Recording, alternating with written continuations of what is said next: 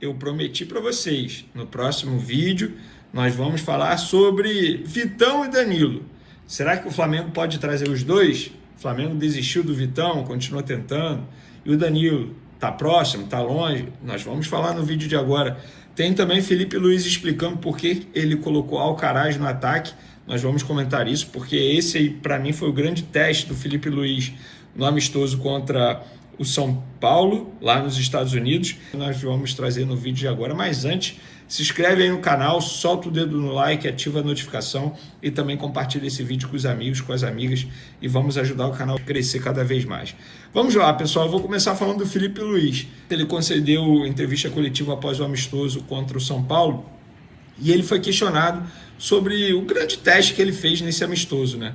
Porque ele surpreendeu e colocou Alcaraz como centroavante no ataque ali, de fato sendo centroavante. O Alcaraz não fez uma boa partida, repito o que eu falei ontem, não vou culpá-lo por conta disso.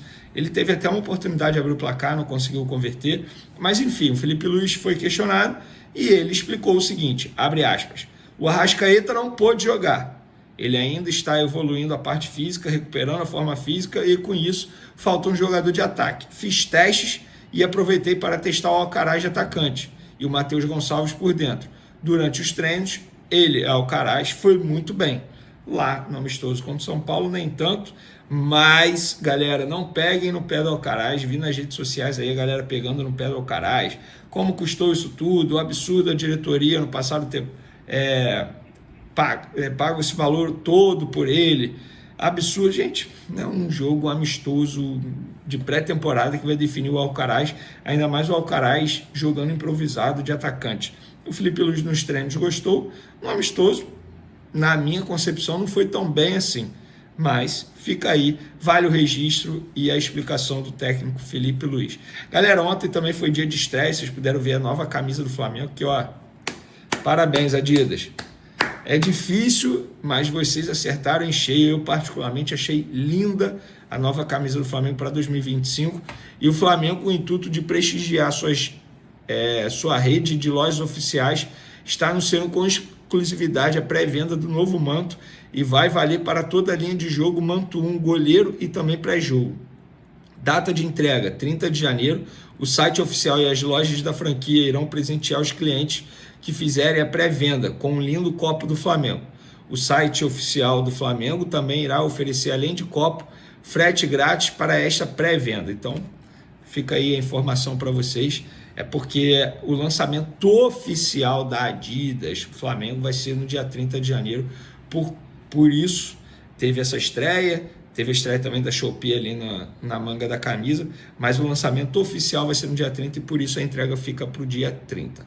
Vamos lá, pessoal. Muita gente me pergunta aí por que com Leixões e Estrela Amadora o Flamengo vai à FIFA cobrar dívidas e com o Internacional o Flamengo não vai. A resposta que eu obtive foi porque como o Internacional é um clube brasileiro, por se tratar de um time nacional, o caminho do Flamengo e de qualquer outra equipe do Brasil que queira cobrar dívidas de outro clube brasileiro é via CNRD, que é a Câmara Nacional de Resoluções de Disputas. E o Rubro Negro já deu entrada nesse órgão, cobrando do Colorado as 3 parcelas vencidas e ainda não pagas. O Estrela Amadora e o Leixões, juntos, devem quase 3 milhões de euros ao Flamengo. O Inter tem 3 parcelas em atraso com o Flamengo, as 3 primeiras totalizando 700 mil euros. O fluxo de pagamento do Internacional ao Flamengo para o Thiago Maia foi 10 parcelas, 20 de agosto de 2024, 20 de dezembro de 2024, 30 de dezembro de 2024, 20 de abril de 2025, 30 de abril de 2025, 30 de agosto de 2025, 28 de fevereiro de 2026, 30 de agosto de 2026, 28 de fevereiro de 2027 e 30 de agosto de 2027. Ou seja, o Flamengo só vai acabar de receber pela venda do Thiago Maia em 2027. Que negociação ridícula do Flamengo na gestão passada, na venda do Thiago Maia. E aí, muitos estão criticando a atual gestão pelo fato de querer pagar 10 milhões de euros ao Internacional para contratar o zagueiro Vitão. Qual é a ideia da atual gestão? O Flamengo, essa atual gestão, não sabe se vai receber e, se receber, quando vai receber essas parcelas previstas para acabar em 2027. Então, a atual gestão, de maneira estratégica, queria fazer o quê? Utilizar esses 4 milhões de euros que o Flamengo ainda tem a receber do Internacional e tirar do bolso 6 milhões de euros para contratar o Vitão, que é um zagueiro de 24 anos, que está valorizado no futebol brasileiro. Vários clubes já ofereceram mais de 10 milhões por esse jogador, o Betis, inclusive, da Espanha. E aí o Flamengo queria se aproveitar da situação, tirar proveito e pegar esses 4 milhões, porque o Flamengo não sabe se vai receber e quando vai receber. O que vale se receber daqui a 2, 3 anos? Vai valer de nada o dinheiro, né? Tem inflação, gente. Então tudo é finanças. Para o Flamengo, na minha concepção, faz total sentido. E aí o Inter recusou, como a gente trouxe com exclusividade, pediam 10 milhões de euros em dinheiro, mais a dívida do Thiago Maia, ou seja, uma operação que poderia chegar a 14 milhões de euros. Para o Flamengo não vale a pena, obviamente. E aí muitos estão me questionando, o Flamengo vai continuar tentando, desistiu? Qual é a intenção do Flamengo em relação ao Vitão? O Flamengo tem a seguinte postura: a gente já fez tudo que podia. A nossa proposta foi feita, bons valores, agora com o jogador. Se o jogador quiser brigar para sair junto com os empresários, o Flamengo vai querer o Vitão, sim. O Vitão é muito bem avaliado pela diretoria do Flamengo. 24 anos, poder de revenda futura, é um jogador que chega para brigar pela titularidade, não reserva imediato do Flamengo.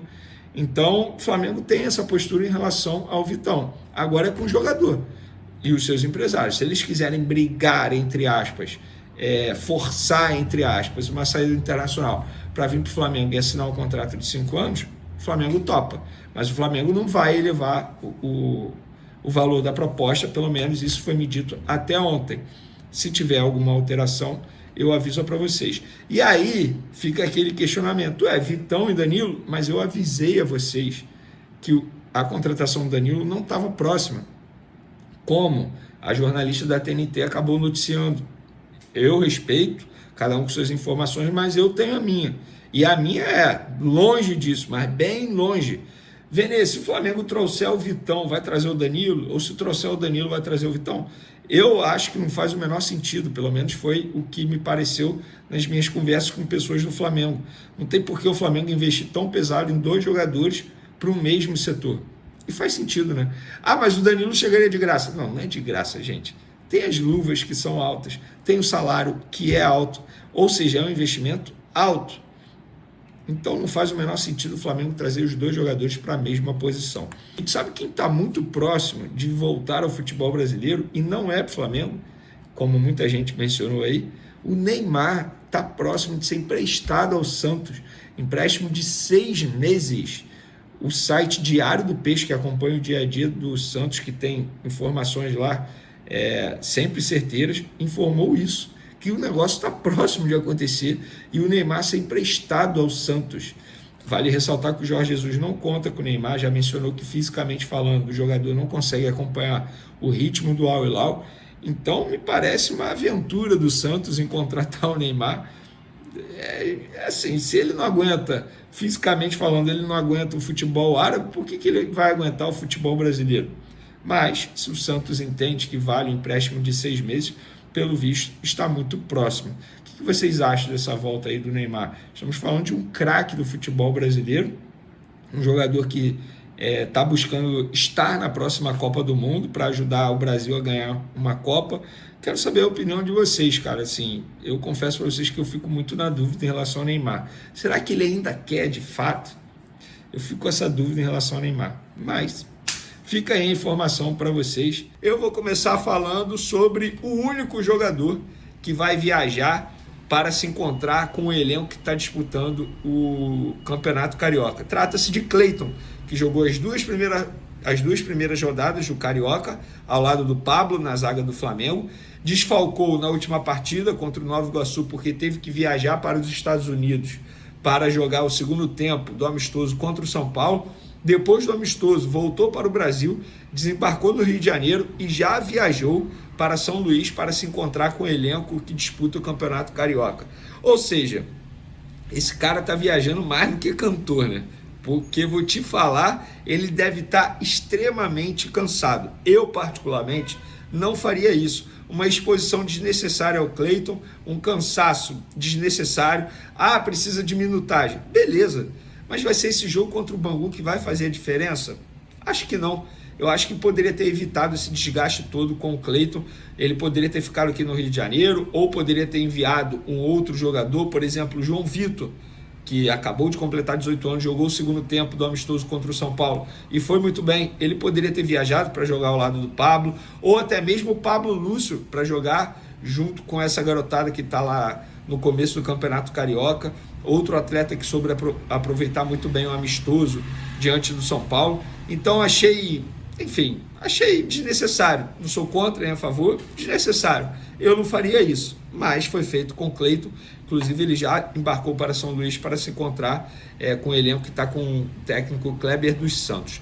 Pessoal, muitos torcedores estão me parando na rua e até mandando mensagem em rede social, me perguntando sobre o pacote de ingressos para jogos no Maracanã. Na última gestão, com a gestão Rodolfo Landim, tinha esse pacote de ingressos. Você pagava um determinado valor e aí você tinha direito a ir a jogos do Flamengo no Maracanã como mandante. Eu fui apurar essa informação para trazer essa resposta para vocês, e a informação que eu tive foi o seguinte: eu vou até ler exatamente o que a pessoa disse para não ter nenhum problema de interpretação. Ainda não há uma definição, Venier. Estamos estudando as mudanças que serão feitas nos planos de sócio-torcedor. Só depois disso será batido o martelo sobre os pacotes. Ainda vai levar mais algumas semanas. Então não tem nada definido ainda. Você que está aí ansioso por essa informação, fato é que a gente vai ter mudança no sócio-torcedor do Flamengo. Eu acho que tem que mudar, tá? Eu acho que sócio-torcedor não é apenas oferecer desconto em ingresso. Pelo contrário, tem que ter uma experiência melhor para o sócio-torcedor. Até porque vários fazem parte do plano de sócio-torcedor e pouco vão aos jogos. Por quê? Os jogos, sobretudo nos jogos do Flamengo como mandante, são todos aqui no Rio de Janeiro, ou a grande maioria, 99%. Poucos têm condições de viajar para vir ao Rio de Janeiro e assistir a um jogo do Flamengo. Então, em breve a gente vai ter novidades sobre isso aí. Falando agora de Juninho, ele concedeu uma entrevista à Flá TV, inclusive a coletiva dele, a primeira coletiva dele à imprensa, a apresentação à imprensa vai acontecer nessa terça-feira, 3 horas da tarde, tá bom, pessoal? E o Juninho, ele concedeu uma entrevista à Flá TV e ele falou por que ele escolheu o Flamengo e disse não ao Sevilha em cima da hora. Abre aspas para Juninho: é muito difícil falar não para o Mengão. Querendo ou não, o aval do treinador é muito importante, ainda mais sendo o Felipe Luiz, que todo mundo sabe a história como jogador e agora como treinador também. Deu tudo certo, muito feliz por estar aqui. Foi corrido para mim, exame médico, e agora comecei a fazer os treinos. Ansioso para conhecer o resto do pessoal, já conheci algumas pessoas. Feliz e contente de estar aqui, disse o jogador de 28 anos. E ele também mencionou nessa entrevista à Flá TV que conversou muito com o Léo Pereira. Abre aspas: o Léo me mandou mensagem, eu conheço ele há muitos anos. Ele teve sucesso aqui no Flamengo, no Atlético Paranaense também. Por ele estar aqui, vai facilitar todo o processo. E por falar em Léo Pereira, galera, ele já retornou ao Rio de Janeiro, depois de ter passado por aquele problema familiar, perdendo uma pessoa muito próxima dele, que veio a falecer, infelizmente. Ele já está no Rio de Janeiro, vai se apresentar normalmente, ou seja, fica à disposição o técnico Felipe Luiz normalmente. Para fechar, o Juninho falou sobre posicionamento em campo. Abre aspas: eu sou um cara que quer estar ajudando, seja em qual função que for. Eu sou um cara que gosta de jogar de 9, sou um cara que movimenta bastante, não sou um 9 estático, eu sou brigador em movimentação para o time, sou rápido, tento dar o melhor para ajudar o time. E foi exatamente isso aí que todo mundo que eu perguntei falou sobre o Juninho. Quem o acompanhou no Atlético Paranaense, quem o acompanhou lá no Karabakh, falou que ele é muito rápido, muito veloz, muito rápido, e tem uma marcação sob pressão muito boa. A ver como ele vai sair aqui com a camisa do Flamengo. Todo sucesso do mundo ao Juninho, que tenha uma passagem muito vitoriosa com a camisa rubro-negra. Vamos falar de Lohan, porque o CSKA aumentou a proposta ao Flamengo pelo meio atacante de 18 anos. Eu falo meio atacante porque eu vou ser bem sincero, eu não sei qual é a posição do Lohan atualmente. Se ele é meia, se ele é ponta, se ele é centroavante, se ele é atacante de beirada, o que ele é? Eu confesso que eu não sei. E ele precisa definir esse posicionamento, até mesmo para ajudá-lo nas partidas. Eu particularmente acho que futuramente, inclusive o perfil Falso 9 já falou sobre isso também, eu concordo com ele plenamente. Futuramente o Lohan vai se tornar um centroavante. Ele é alto, ele é forte, segura bem a bola, tem uma boa finalização e ainda pode explorar a velocidade dele. Mas vamos falar da proposta do CSKA.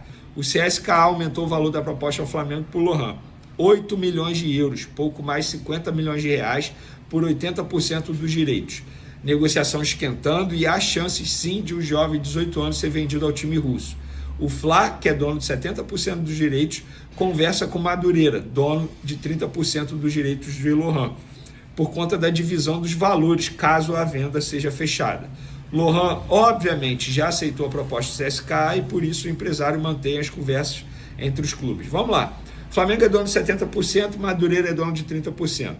Se o Flamengo fecha essa venda por 80%, é óbvio que o Flamengo vai tentar morder um percentual maior daquilo que tem direito. Nossa, que absurdo. Não, não é um absurdo. O Flamengo faz isso, já fez em vários momentos, em outras operações.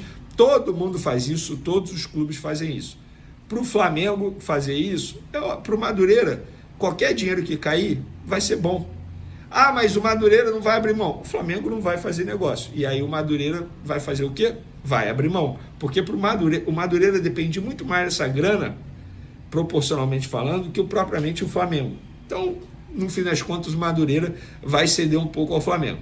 E aí, muita gente me questiona, por que o Flamengo aceita vender o Lohan? Gente, o Flamengo precisa fazer receita com venda de jogadores. Hoje, o Flamengo tem o Lohan, que pode ser uma boa venda, tem o Wesley, que pode ser uma boa venda. Estou dando exemplos. Mas quem é mais importante hoje, no ponto de vista dentro de campo, dentro das quatro linhas, tecnicamente falando, é o Wesley, titular absoluto. Uma posição que é muito difícil achar. Uma posição que o seu reserva imediato está em baixa, que é o Varela. No caso do Lohan, embora tenha 18 anos, tratado como joia, próxima venda milionária, mas é um jogador que não consegue se firmar no time principal do Flamengo. Tanto é que está jogando o início do Campeonato Carioca para ganhar minutagem. Se ele fosse, ou se ele tivesse, se ele fosse visto com uma importância muito grande dentro do elenco, ele não estaria disputando o início do Campeonato Carioca, ele estaria fazendo a pré-temporada nos Estados Unidos. Isso é claro, isso é claro, isso é claro. E o Lohan, a diretoria do Flamengo tem medo de o tempo passar e ele ficar cada vez mais desvalorizado, acontecer o que aconteceu com o Lincoln. Não que o Lohan tenha a mesma postura que o Lincoln fora das quatro linhas, não é isso. Mas pode acontecer isso, o tempo passando e o Lohan ficar cada vez mais valorizado. Então, para o Flamengo é melhor negociar uma boa venda agora do Lohan ao CSKA a ficar com o jogador, pelo menos na visão da diretoria do Flamengo. Por isso, explicando para vocês que o Flamengo topa vender o Lohan e não o coloca naquele grupo de importantes jogadores. Deu para entender? Espero que sim. Qualquer coisa, comente aí perguntando que eu tento responder. Fala, nação rubro-negra. Hoje temos uma notícia que está mexendo com o coração de todos os flamenguistas. O Flamengo está prestes a anunciar o seu segundo reforço da temporada, e não é qualquer nome. Estamos falando de Danilo, capitão da seleção brasileira e jogador com experiência internacional na Juventus. Fique até o final deste vídeo para entender todos os detalhes dessa negociação que promete reforçar ainda mais o Mengão em 2025. Solta o like, se inscreve no canal e vamos juntos nessa. O Flamengo iniciou 2025 com grandes mudanças no elenco e no comando técnico, com Felipe Luiz à frente do time. Entre as prioridades da diretoria e do técnico estava o reforço da zaga. Afinal, o clube perdeu dois pilares importantes, Davi Luiz, que não renovou e foi anunciado pelo Fortaleza, e Fabrício Bruno, vendido ao Cruzeiro. Com isso, a busca por nomes de peso começou, e Danilo se tornou a principal peça desse quebra-cabeça. De acordo com o portal Gol, Danilo, que tem contrato com a Juventus até 2025, escolheu o Flamengo como seu próximo destino. Apesar de ter sido sondado por Napoli, Santos e outros clubes, o desejo de vestir o manto sagrado falou mais alto. Danilo, que também é flamenguista declarado, deu o sim ao Mengão e está aguardando apenas a rescisão contratual com o clube italiano, algo que deve acontecer ainda nesta semana. Com 33 anos, Danilo é um jogador versátil e experiente. Ele começou como lateral, mas, ao longo dos anos, se destacou atuando mais centralizado, como zagueiro.